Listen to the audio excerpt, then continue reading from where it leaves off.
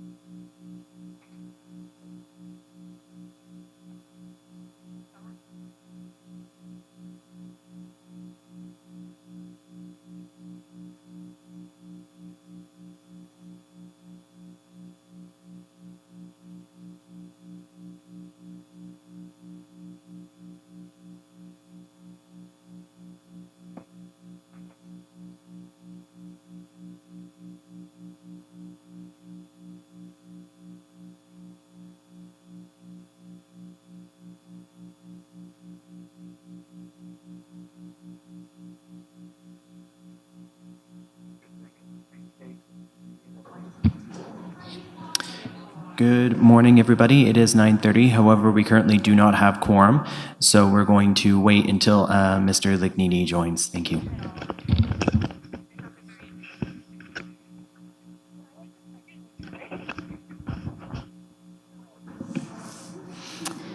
Okay, good morning, everyone. We now have quorum, so we're going to start the meeting. So I need to get an approval of the agenda. So could I get a mover and a seconder, please? So Jen and Alex, all in favor? Okay, great, thank you. So next I need confirmation of the minutes from our last meeting on January 24th, 2024. So can I get a mover and a seconder? Okay, Alex again, and a seconder. Okay, Councillor Oosterhoff. Any questions, comments about the minutes? Okay, seeing none, all in favor of passing the minutes? Wonderful, okay. All right, so any disclosures of pecuniary interest? All right, seeing none, we're moving on. There are no delegations, no briefings, so we're right into the business portion of our meeting. And we're starting with a pre-consultation. This is for information only, 5 Lower Union Street. So if I can just have the applicant make their presentation, please.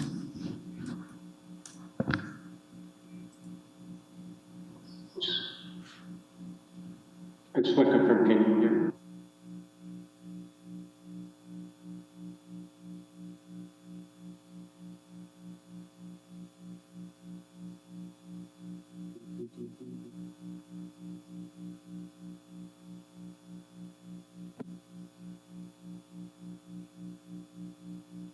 Just want to confirm, can you hear me?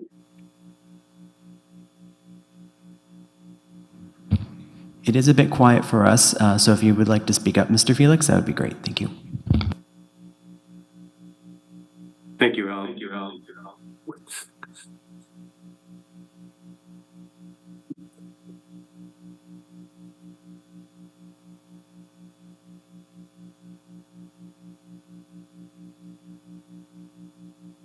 Just confirm you'll be sharing the screen. Through you, Madam Chair. So we're in charge of the presentation, so just please ask us whenever you'd like to move to the next slide. Good morning, everyone. My name is Rui Felix. I'm a heritage landscape architect with ERA Architects, working with Homestead on the rezoning application for a mixed-use development on the 5 Lower Union site. Also with me today is Andrew Pruss, Principal Heritage Architect at ERA. We go to the next slide.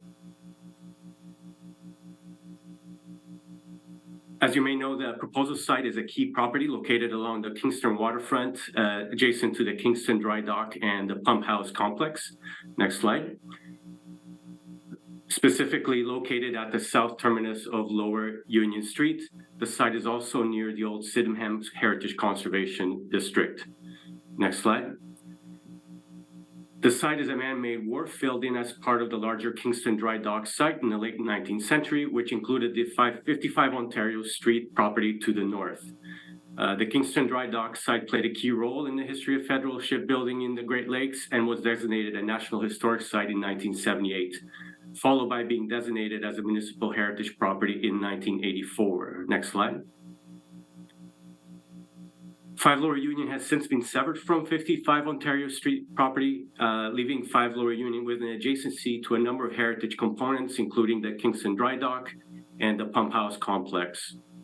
Though part of the southern wall of the dry dock remains within the boundary of 5 Lower Union. Next slide. The site has been mostly vacant since the early 70s with no remaining structures.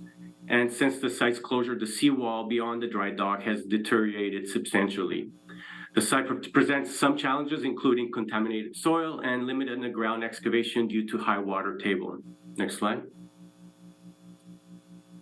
The proposal restores the outline of a historic wharf and introduces a 19-story mixed-use tower plus a 1 underground parking garage level, whose roof has been integrated into the public realm with a creative grading exercise.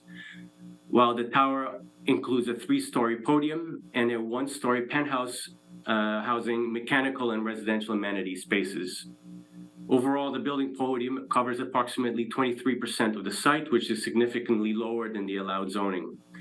There are also significant contributions to the public with accessible outdoor amenity spaces, including waterfront trail connectivity along the perimeter of the wharf, significant new seating and viewing opportunities of the Kingston waterfront, sidewalk connection along Lower Union, and a turnaround at the end of the wharf that would be limited to fire vehicular access, but also would provide the opportunity for future cruise ship bus drop-off, which Homestead, the owner of 5 Lower Union, has been in conversation with the city.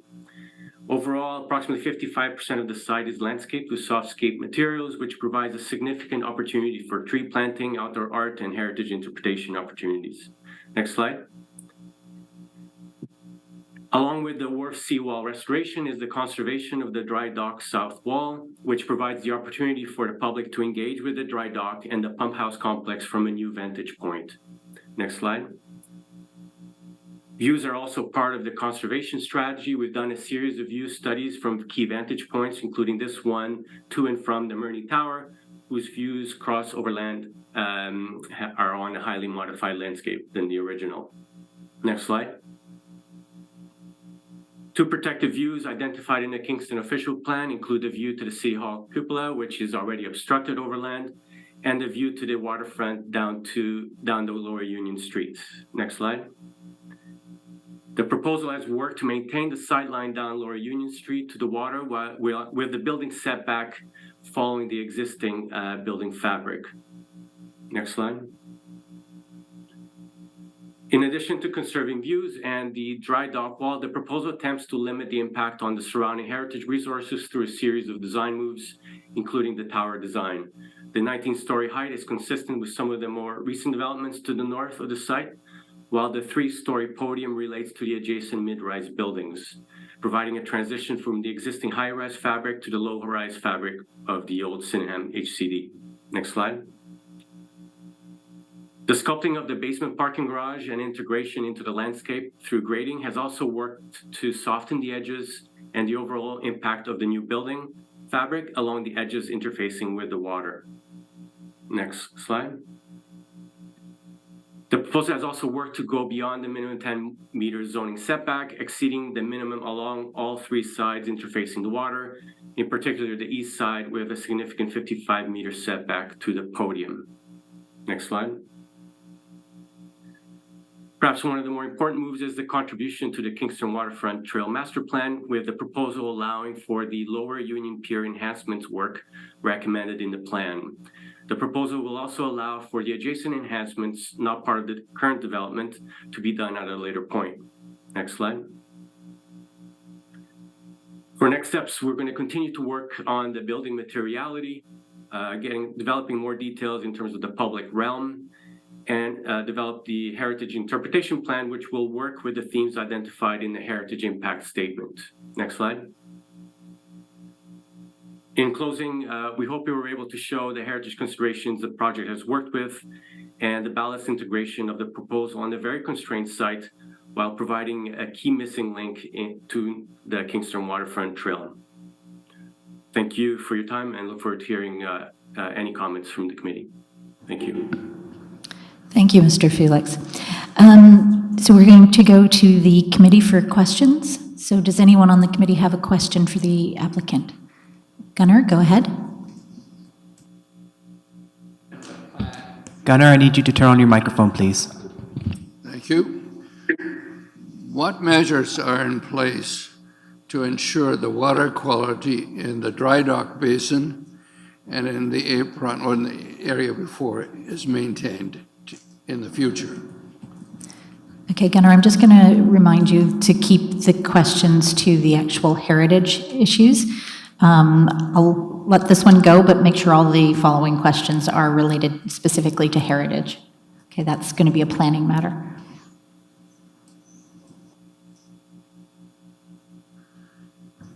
Do you have any other questions? In that case, I do not have any questions. Okay, anyone else from Heritage Committee? Okay, Peter, go ahead. I was interested in the views from the building. I would like to know what is happening to the views from elsewhere of the Heritage District, Kingston, Sydenham Heritage District. The dry dock, the fact that there is now a boat in that dry dock, in case the applicant hadn't noticed, that will be a major draw. And I've just got to think, because some of my other questions are probably not directly heritage, but I see a number of other really serious questions on this. Okay. Would the applicant like to respond? In terms of the views from the HCV, we did show the one view down Lower Union, which we believe maintains sort of the water connectivity and visibility. We understand there are some other impacts adjacent to the site connecting to the pump house complex. There's more views than we showed today in our urban design reports and heritage impact statements that are available, but we tried to show today more of the protected views. Okay, Peter, any other questions you'd like to ask? Yeah, I've just gone down my list, and the other two heritage ones are, firstly, as I understand it, this is an important First Nations site. Work has been done on it previously, and I'd like to know what thought has been given to that. And secondly, the fact that it is neighbouring to a National Historic Site, what thought has been given to that linking? Thank you. Mr. Felix, go ahead. Yes, we agree that the Indigenous history of the site, maybe not necessarily 5 Lower Union, since it was a man-made fill wharf, but adjacent to it, as part of the larger site, there is known Indigenous archaeological findings. We've been in conversation with the city about the city leading a process with the Indigenous communities, as opposed to the developer outreaching directly. We believe this should be a process that should be led by the city, and we're willing to cooperate in that matter. In terms of the connectivity to the adjacent National Historic Sites, I guess I'll say that we are providing upgrades in terms of that pedestrian connectivity, and I think that provides a great improvement in terms of the waterfront experience, linking the different heritage sites along the waterfront. I'm not sure if that answers the question. Okay, Peter, anything else you'd like to ask? Okay, thank you. We'll go to Councillor Oosterhoff next. Yes, good morning, and thank you, Madam Chair. Yeah, thanks for that presentation. I've known about this for a while, and I'm excited about what you guys are coming up with for this location. So well done.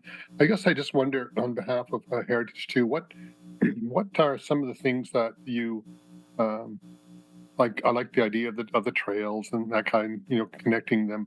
But when you have a site like this, do you give it deeper consideration for some of the things that we're talking about here, like also in the architecture of the building, something that sets it apart that in 100 years, we'll say has been something, because I know that you guys are a credit to our city, and we have done many amazing projects in providing a great housing, and so is this property something that you're going to or can you give us the top 3 or 4 things that are in mind that you can say, this is what we want to do, and this is going to be something really great for you guys as well, but for the residents, but also for the heritage component that we're all focused on here. Go ahead. Yeah, thank you for the question.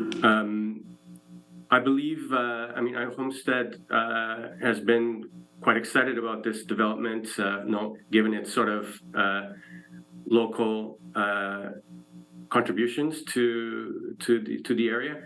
I think that they've been very cooperative, also working with the city in terms of not just the waterfront trail, but the cruise ship dock potential.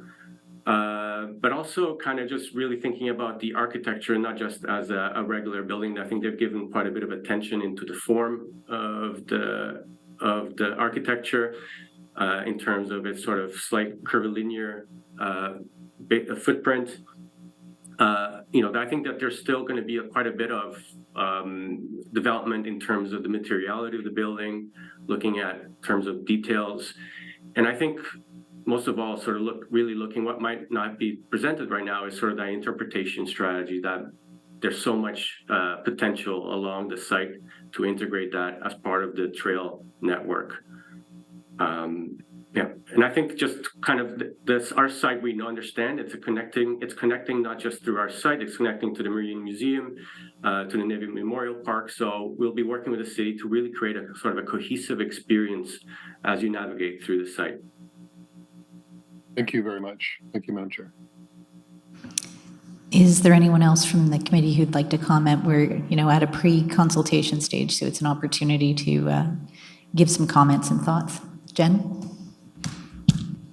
Hello.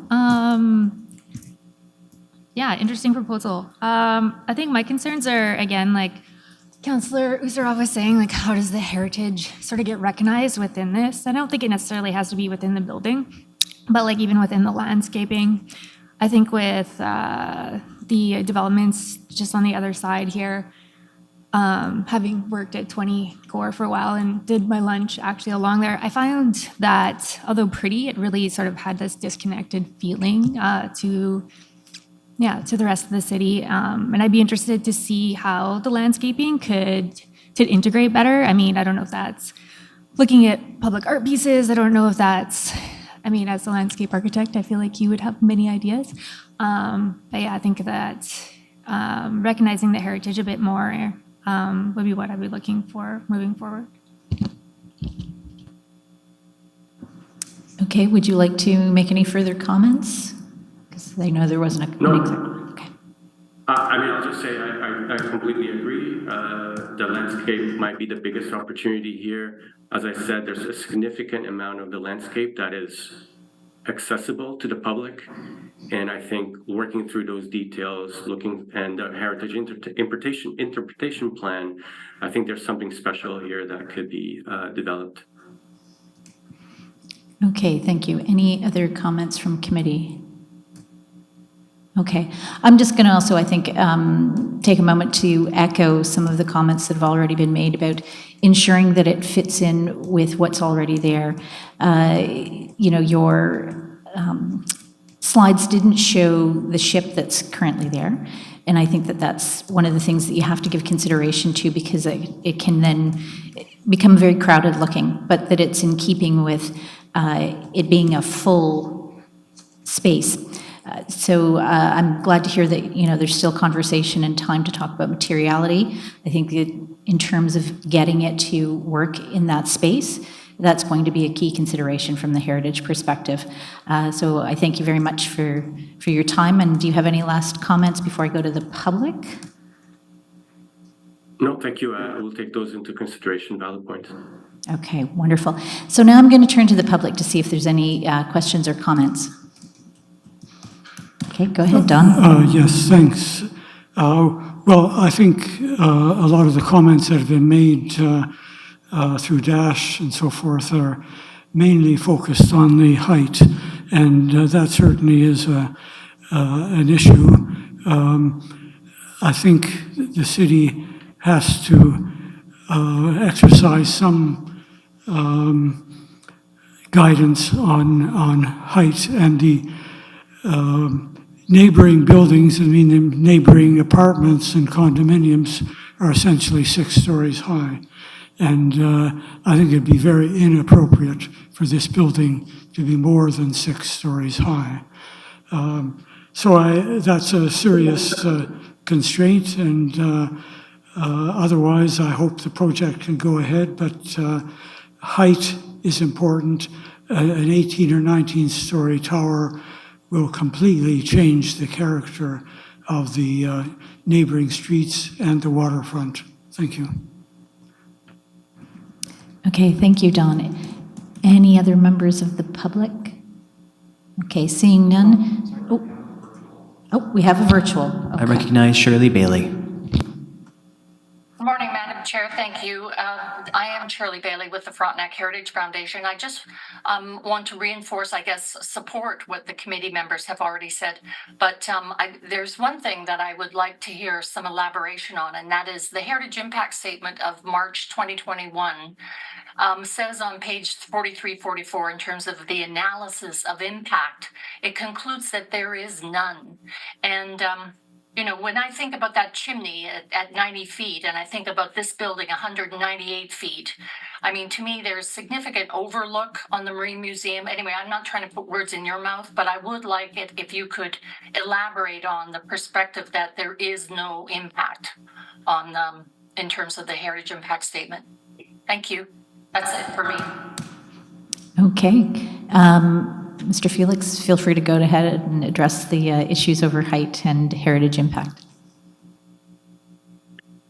Yes, so I don't have exactly that section in front of me to comment directly, but I potentially could be about that. There's no impacts on the site itself, like there's no resources within the 55 Lower Union site. We understand that there may be impacts to adjacencies, which we've tried to minimize in terms of views and preservation of the south dry dock wall.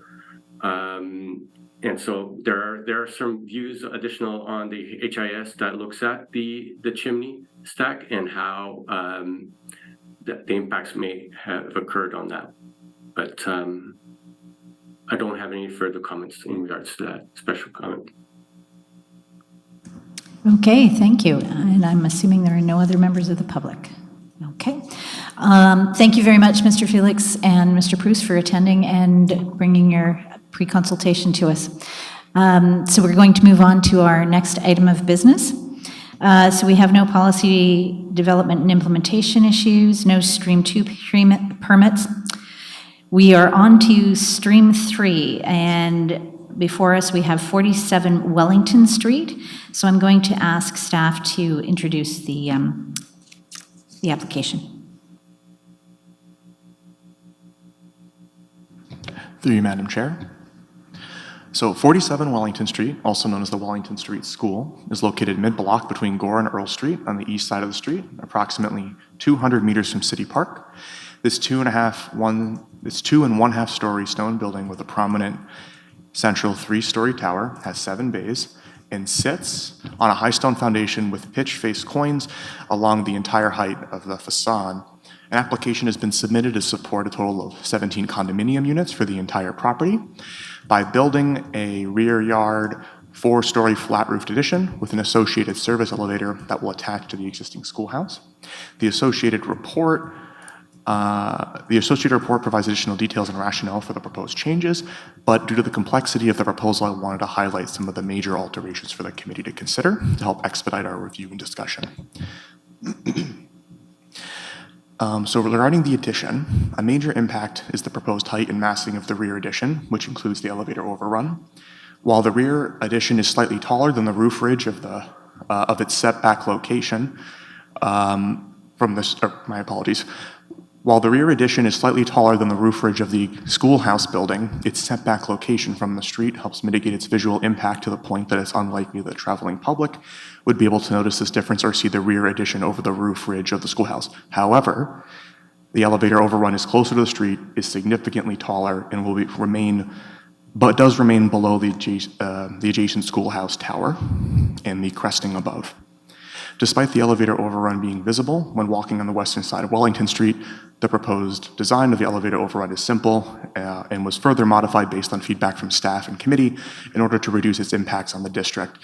Based on these comments, the applicant has committed to changing the window frame color from black to charcoal, to lowering the height of the elevator overrun by 0.5 to 7.5 meters, and has proposed lighter colors in the elevator overrun, and finally reduced the number of materials present on the rear addition from 4 to 3. While these changes do not address all the concerns that were raised, they are meaningful changes that should further reduce the visual impact of the prominent elevator overrun and assist in maintaining attention on the main schoolhouse facade, specifically the impressive tower that faces and is so well visible on Wellington Street. Regarding the schoolhouse impacts, I wanted to highlight that away from public view, the rear elevation will be partly enclosed in a new addition while also altering some existing openings to allow for this connection. Similarly, along the rear roof and below the roof line, a new modern shed dormer is proposed to attach to the elevator overrun. Regarding the public realm impacts, a new stamped concrete staircase that resembles the texture of wood, that retains the knee-high stone walls and metal railing is proposed. Similarly, a new fire hose attachment is proposed to be installed on the northernmost projecting flanking double bay. No changes to the original openings in the front, which is the northwest, inside, which is the northeast, elevations are proposed. Further, all period windows along the front elevation will be repaired. If replacement is required, a formal assessment will be required in compliance with the window policy. In addition, all unsympathetic windows will be replaced with metal-clad wood windows with exterior Muntin bars where appropriate. And finally, the tower cresting will be replicated based on historic photographs. Moving to the landscape changes, in addition to the new addition, the alterations to the schoolhouse, landscape alterations are also proposed. To support the development, a new transformer with associated screening and a new fire hydrant are proposed, which are necessary to support the development of a multi-residential property on this site.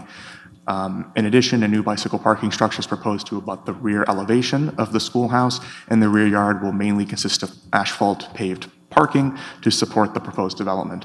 In addition, a lighting plan is proposed for the property and is meant to highlight the Wellington Street elevation into the evening while also having lights that demarcate the driveway to the rear yard and building entrances. I also wanted to highlight a few conditions in the report that I think would be relevant for the discussion, that Heritage Planning staff review and approve the finalized designs and locations of the bicycle parking structure, fire hose attachment, new windows, cladding, and landscape screening. That Heritage Planning staff be provided an opportunity to review/comment on the exterior building lighting performance once installed to confirm no negative impacts to the heritage attributes of the property. That all replacement windows shall sit within existing openings without the use of infill windows, and that muntins be on the exterior of the glass. That the new tower cresting be designed to match the profile of the original based on historic photographs and be subtly dated to mark the year of creation. That new concrete steps have a gray tone to minimize the contrast with limestone patina of the building. That period windows be professionally assessed to determine feasibility of repair prior to replacement, and that the city's masonry and window policy are followed. Thank you, Madam Chair, and staff are willing to discuss and are open to receiving questions on the proposal. Thank you. Thank you very much. Okay, so I'm going to go to the committee for questions. So right now it's just questions. Remember, we get to put a motion on the floor and discuss it as well. So anyone from committee with questions on this application right now?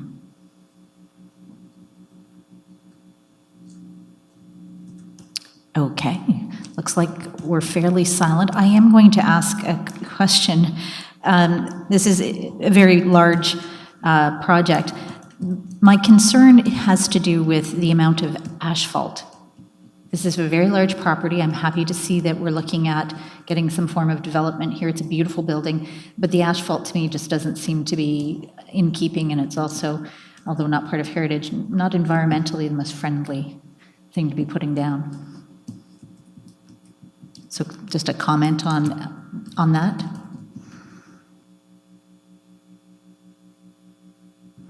Through you, Madam Chair.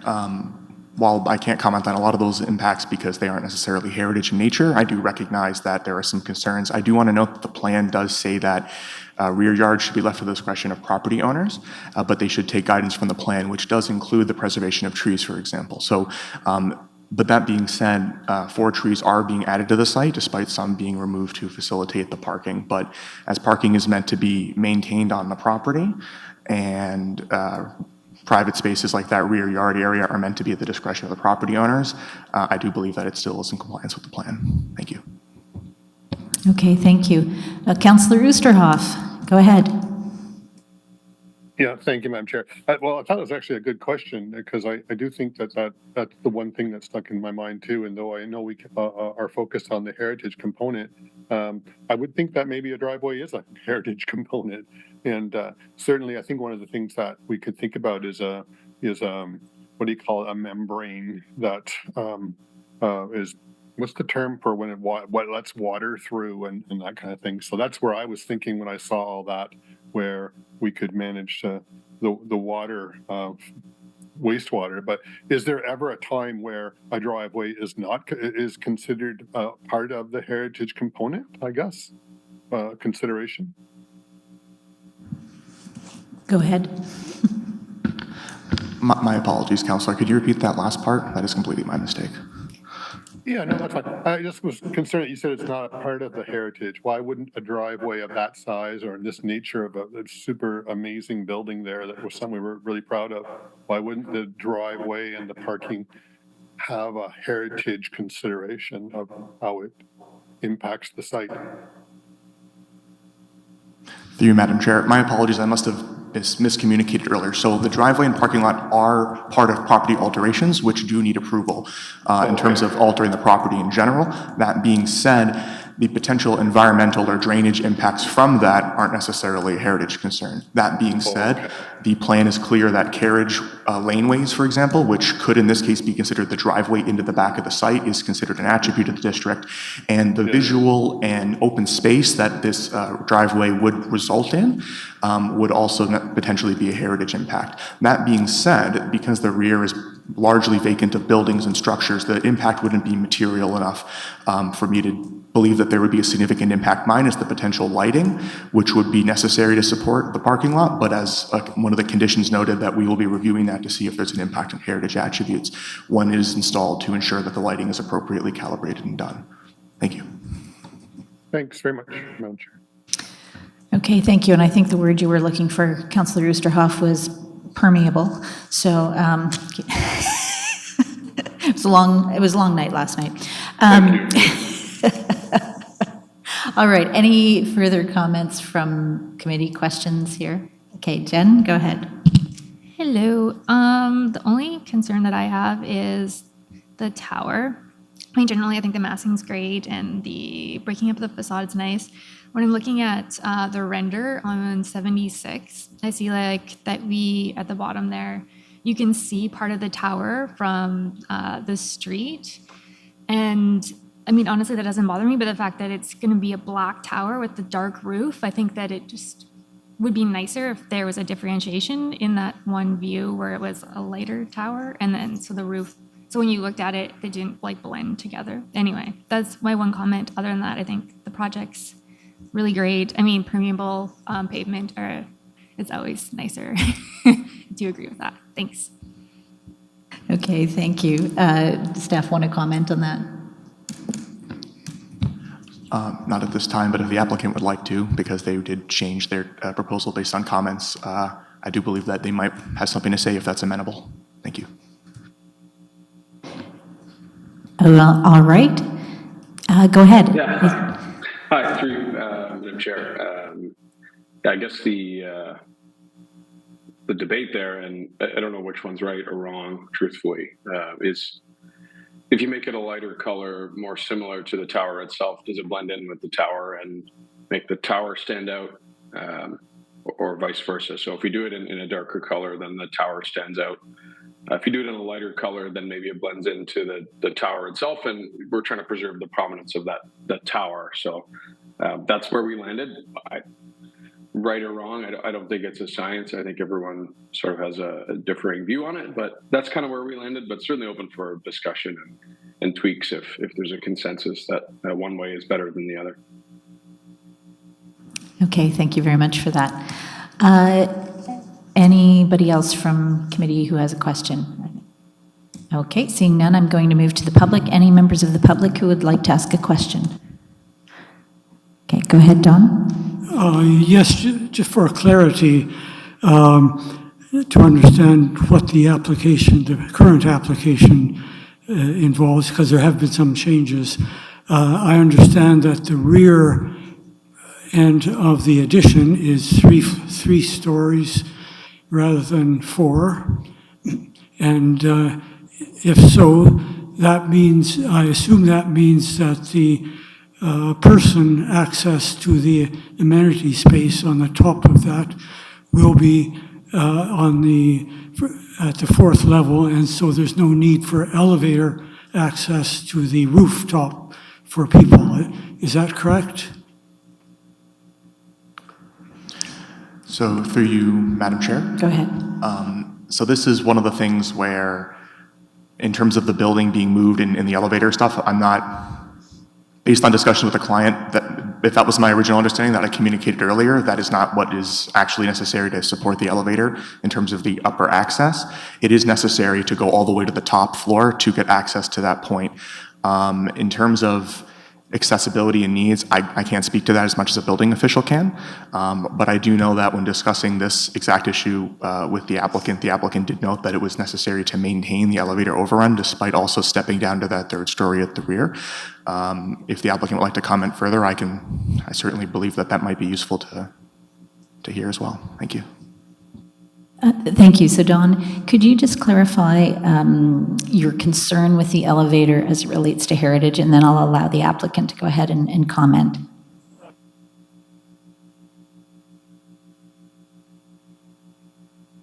Fourth floor, and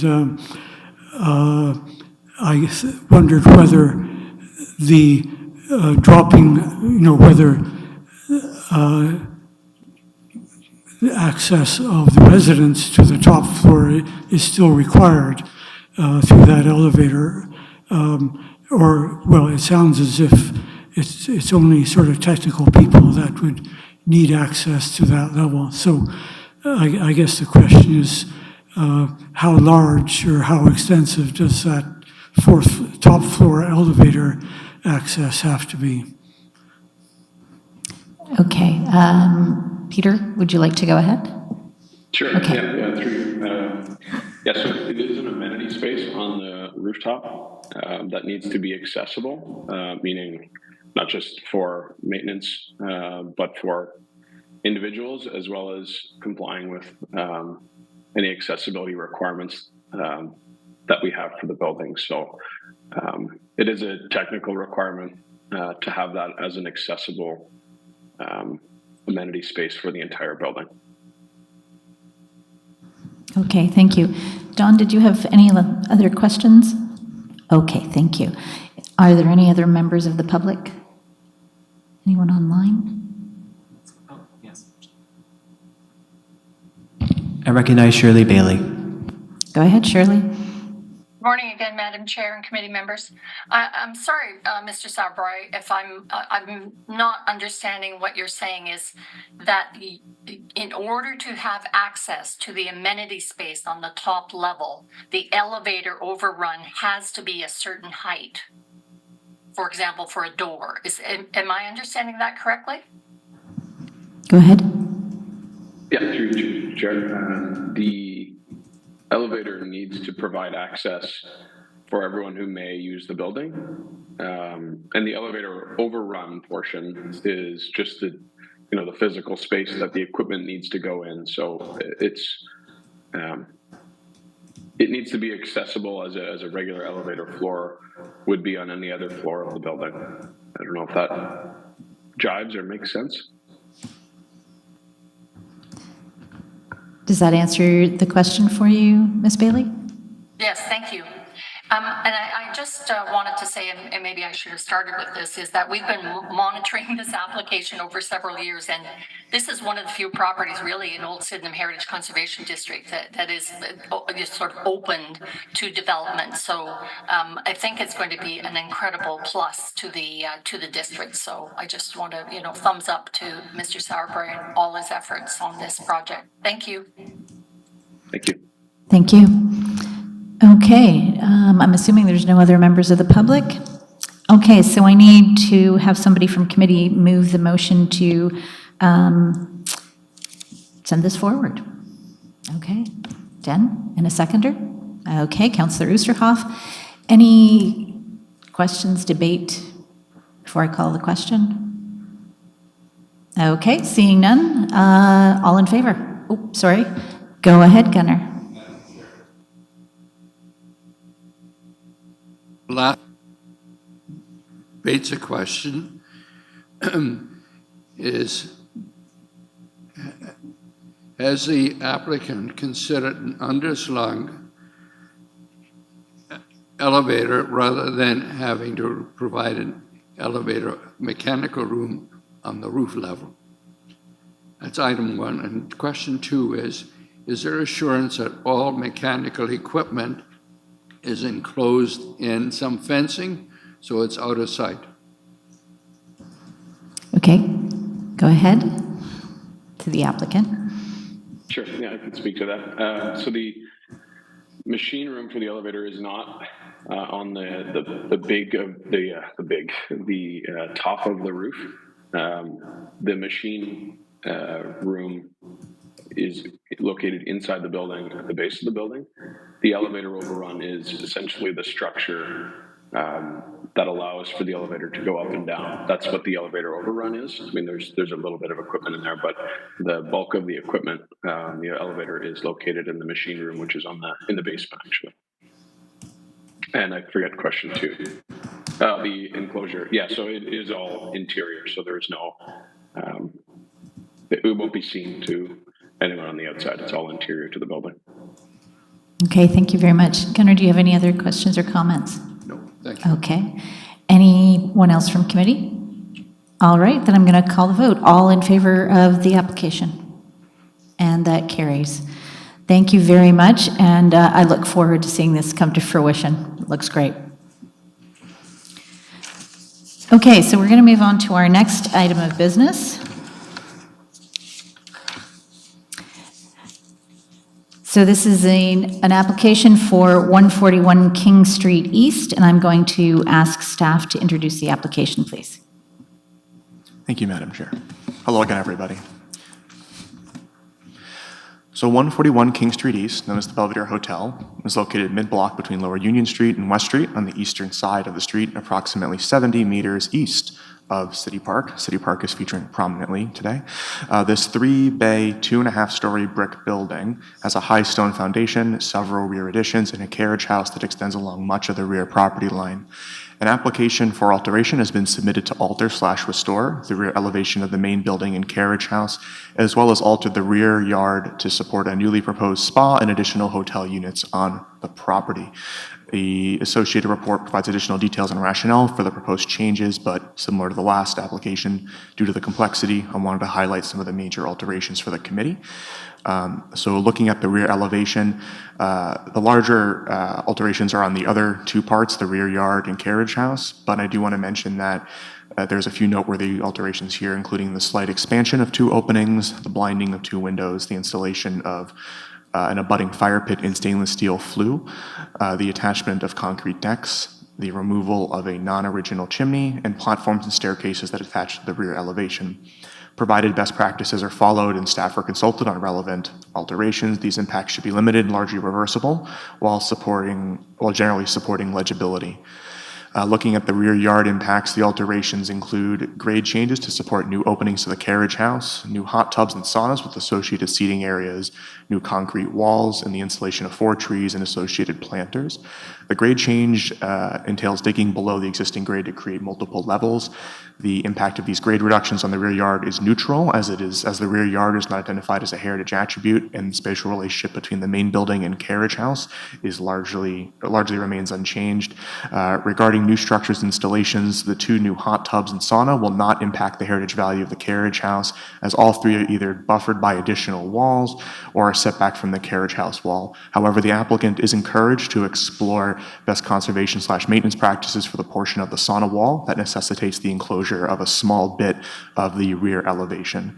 The 2 new concrete walls will either abut an existing concrete wall with no historic value or be attached to the rear elevation with bond breaker, which increases reversibility. Finally, the applicant intends to plant 4 new trees and install concrete planters. planters. Most of these planters are either set back from both buildings or abut a concrete portion of the main building, but one does partly abut the rear masonry wall. As such, the applicant is encouraged to consider best conservation practices and maintenance practices for those areas that are newly exposed to organic matter. And then looking at the carriage house, which is the site of the most significant alterations, these include the installation of modern windows and doors in existing/proposed openings, the creation of additional openings facing the rear yard in similar dimensions to the existing, the installation of 10 new openings on the rear elevation that faces Ontario Street, and the attachment of a new storage structure with metal cladding that houses utilities.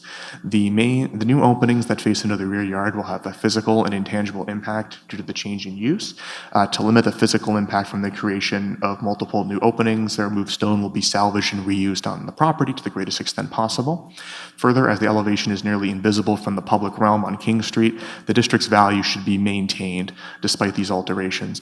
However, the change in use from acting as a storage area in its past use as a carriage house for the hotel use or residential use at the time does pose a significant impact to the historical function and understanding of the property. Despite this, the proposed alteration will promote greater use of the structure and produce an active functional relationship between the carriage house and the residential building that doesn't currently exist. Unlike the rear yard carriage house openings, the 10 new window openings that face onto Ontario Street will be clearly visible from the public realm. Despite this, these new openings will support modern steel windows that are not visible within the district and are a clear modern intervention that should maintain the legibility of the property. There are no impacts to the district minus the alteration of the building itself. In addition to the above, the rear elevation requires significant repointing, which is also proposed as a part of this application. Finally, a new structure is proposed to abut the southwest elevation of the carriage house. This structure will house utilities, and the top of the structure will act as a patio for those in the carriage house hotel units. While this part of the proposal will be clearly visible from King Street East, the storage of such systems in a modern addition is appropriate, and the structure is clearly secondary to and distinct from the main structure. Provided the applicant follows the masonry policy and uses bond breaker between the concrete foundation of the structure and the carriage house, these impacts should be reversible. Similar to the other proposal, I wanted to highlight a couple conditions as well. That a number of these conditions relate to the applicant considering best practices, just as a gentle nudge, that the finalized installation strategy, design, and color of wood elements, lighting strategy, windows, storage shed, and fire pit be provided to Heritage Planning staff for review and approval prior to installation, that the removed limestone masonry units be retained on the property for further maintenance purposes, that the carriage house and storage structure, concrete underpinnings be a color sympathetic to the limestone patina, all remaining visually distinct, that should any additional masonry wall openings or roof alterations be required in the carriage house to support the proposal, that those details will be provided to Heritage Planning staff for review prior to approval, and that attachment of the concrete platform/retaining wall to the rear elevation and attachment of the carriage house to the addition's concrete foundation use a bond breaker to ensure maximum reversibility. And that period windows in the rear elevation be assessed for repairability prior to replacement, that the applicant ensure all structures remain structurally sound during and post-construction works, and that all masonry and window works follow the city's related policy documents. And with that, I want to say thank you, Madam Chair, and that staff are willing and open to receive comment on the proposal. Thank you. Thank you, Mr. Prell, for summing up yet another very large application. So with that, we're going to go to the committee for questions. So does anyone have a question on this application? Okay, go ahead, Jen. So generally, I think it's great. As an architect, I love it. As a Heritage Property Committee member, I'm a little concerned about putting those 10 windows in that beautiful limestone wall, just in terms of reversibility. I was wondering if the applicant had given any time to looking at putting the windows above the wall.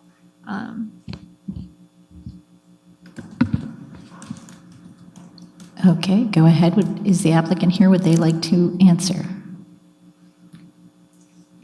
Okay, step forward to one of the mics. Just state your name for the minutes, please. Ben Peel. Yeah, we played with the windows in a few different locations, some horizontal ones, some mid windows. In consulting with Mr. Schultz and Mr. Bray, we thought at the top was the least intrusive and still allowed some nice natural light into the space. And initially, what we proposed was to remove the top layer and then do siding, so a form of siding. And then it was encouraged that it was probably a nicer look to have them punched windows individually and then stone around them. So that's how we came to that design that we have now. Go ahead.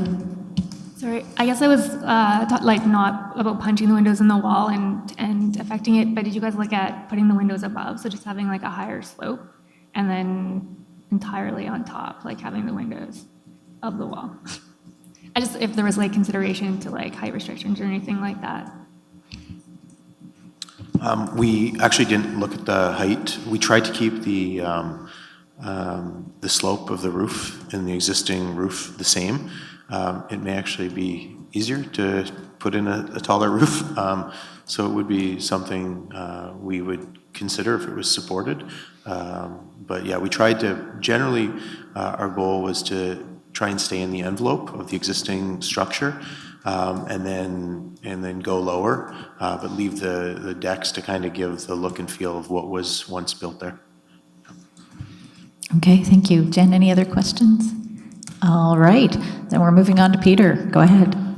Thank you. Yeah, as I mentioned in my dash comment, Philip managed to send out this report when the building was, or the site was covered in snow and melting snow and heavy moving equipment. It was one of the more difficult site visits. I don't think it really could see the building. So I have put here a trust, which I've never done before, saying, I hope that the Heritage Impact Statement, Carlbury's work, is accurate. I hope that what you've seen is accurate. And I hope, and Jen has just picked on this, that the architect really has got in mind the heritage aspects and retaining as many as possible. Because in all honesty, I found it very difficult to look at this building without getting run over by goodness knows what and falling down many holes. Thanks. Okay, thank you. Any other questions? Gunnar, go ahead.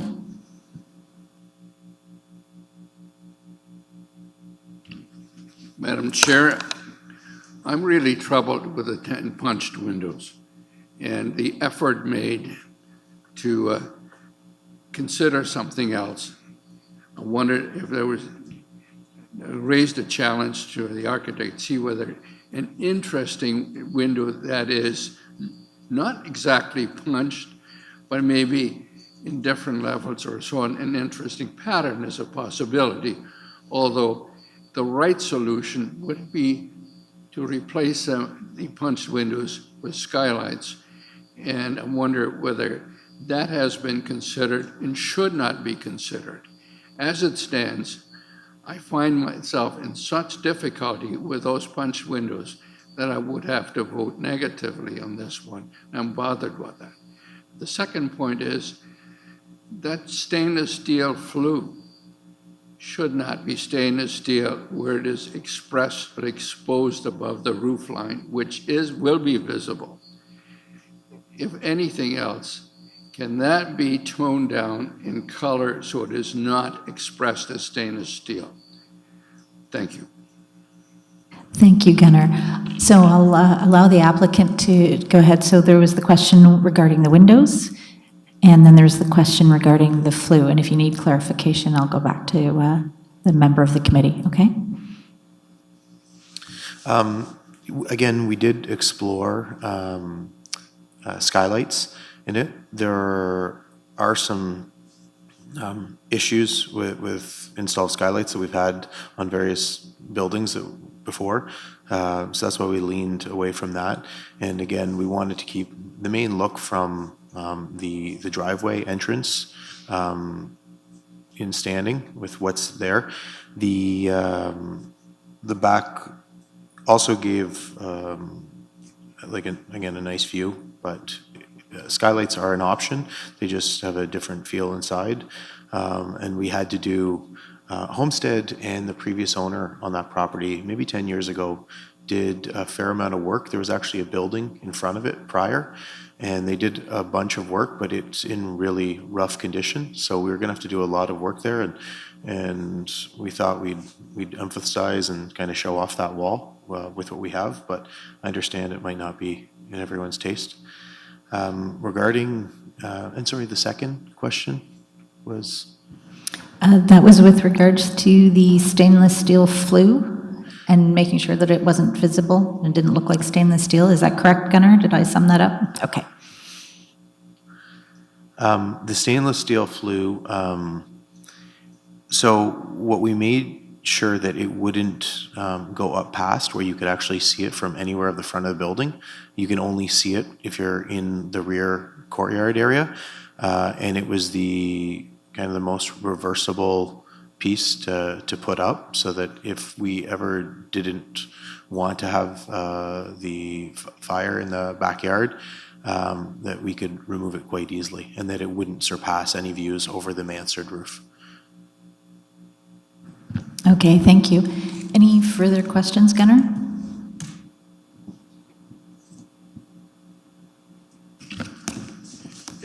Madam Chair, it appears that we're limited in the number of votes here, and I do not want to see this project fail. And I wonder whether the skylight option can be explored more seriously to a point of view where there's a commitment that something other than those windows will be implemented. Thank you. Okay, thank you for that, Gunnar. We're not allowed to make any amendments at this particular point, so the applicant, I think, is, Mr. Pilon has heard what you've had to say, and I'll leave it for consideration with him at this particular point. Are there any other members of committee who would like to ask questions? Okay, seeing none, then I'm going to go to the public. Are there any members of the public who have questions? Go ahead, Don. Yes, well, I think this project is really very good in a lot of ways, but certainly there seems to be concern about the treatment of the carriage house, the excavation, the addition of the sort of basement level will certainly change the character of the courtyard and the appearance of the carriage house. And I think there's been a number of expressions of concern about the integrity of the stone walls when so much stone will have to be excavated in the living space for the basement level. Given all that, I guess from a heritage point of view, we'd be happiest if there were the plans included only 5 units, only the 1 floor.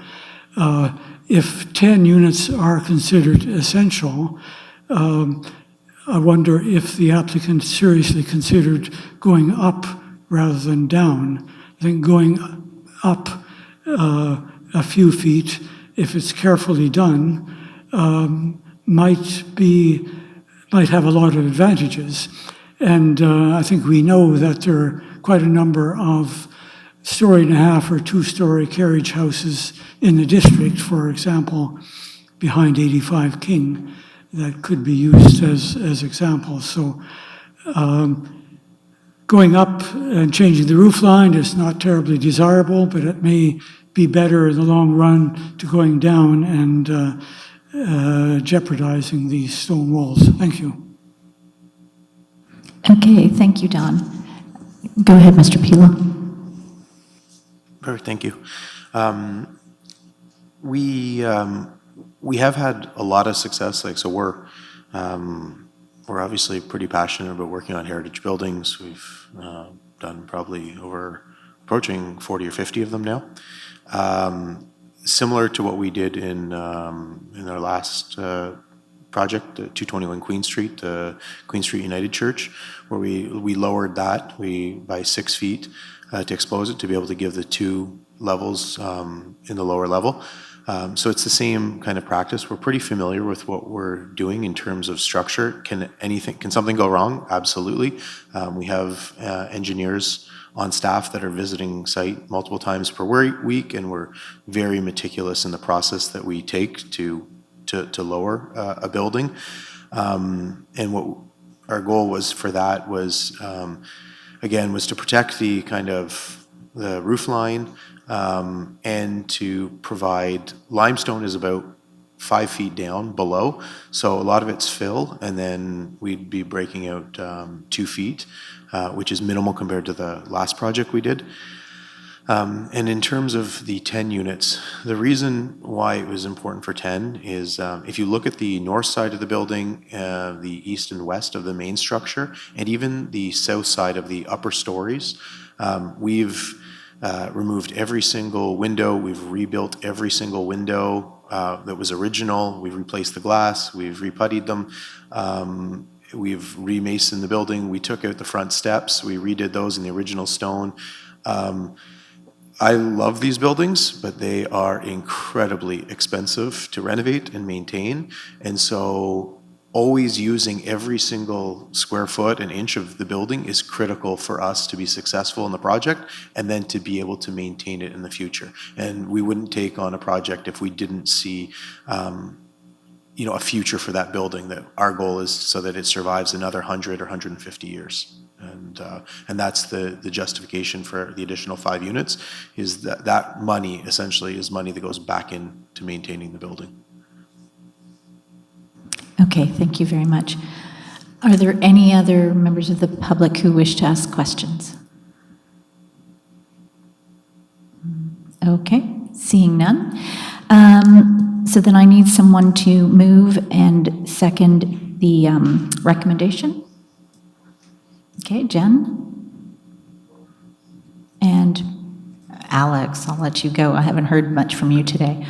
Okay, is there any further questions or comments from committee? Okay, seeing none, I'm going to call the vote. All in favor? And that passes with, okay, hold on.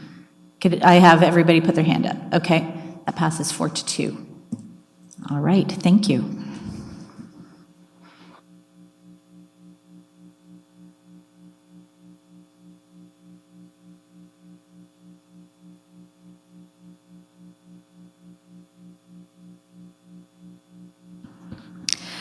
Okay, so we're on to our next item of business, which is notice of intention to designate under the Ontario Heritage Act. So the addresses in front of us are 2045 Middle Road, 281 Princess Street, 322 Division Street, 3578 Highway 38, 384 Division Street, 390 King Street East, 42 Queen Street, 3994 Howes Road, 605 to 607 Bagot Street, 45 Charles Street, 75 to 77 Princess Street, 52056 Queen Street, and 84 Yonge Street.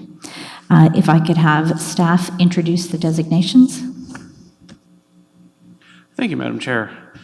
This is our next group of possible designations for your consideration. There are 11 properties in this group. They represent 3 rural limestone farmhouses, 3 in-town limestone dwellings, which represent a range of 19th century vernacular construction, 3 very prominent downtown buildings, and one of only a few 19th century wood frame churches left in the city. So an interesting group. The owners of these properties have been provided with the draft designation bylaws, general information on heritage designations, and they were invited to an open house on January 24th to ask questions.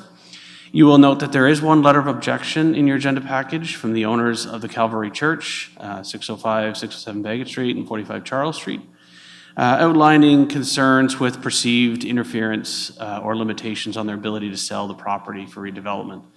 Staff have reached out to the owners to reassure them that the city does not wish to interfere with the sale or future redevelopment.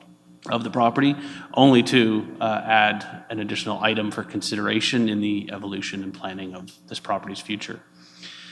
Staff also reconfirmed that this property indeed meets 5 of the 9 criteria for designations, where it only needs to meet 2, and is therefore more than satisfies the requirements for designation.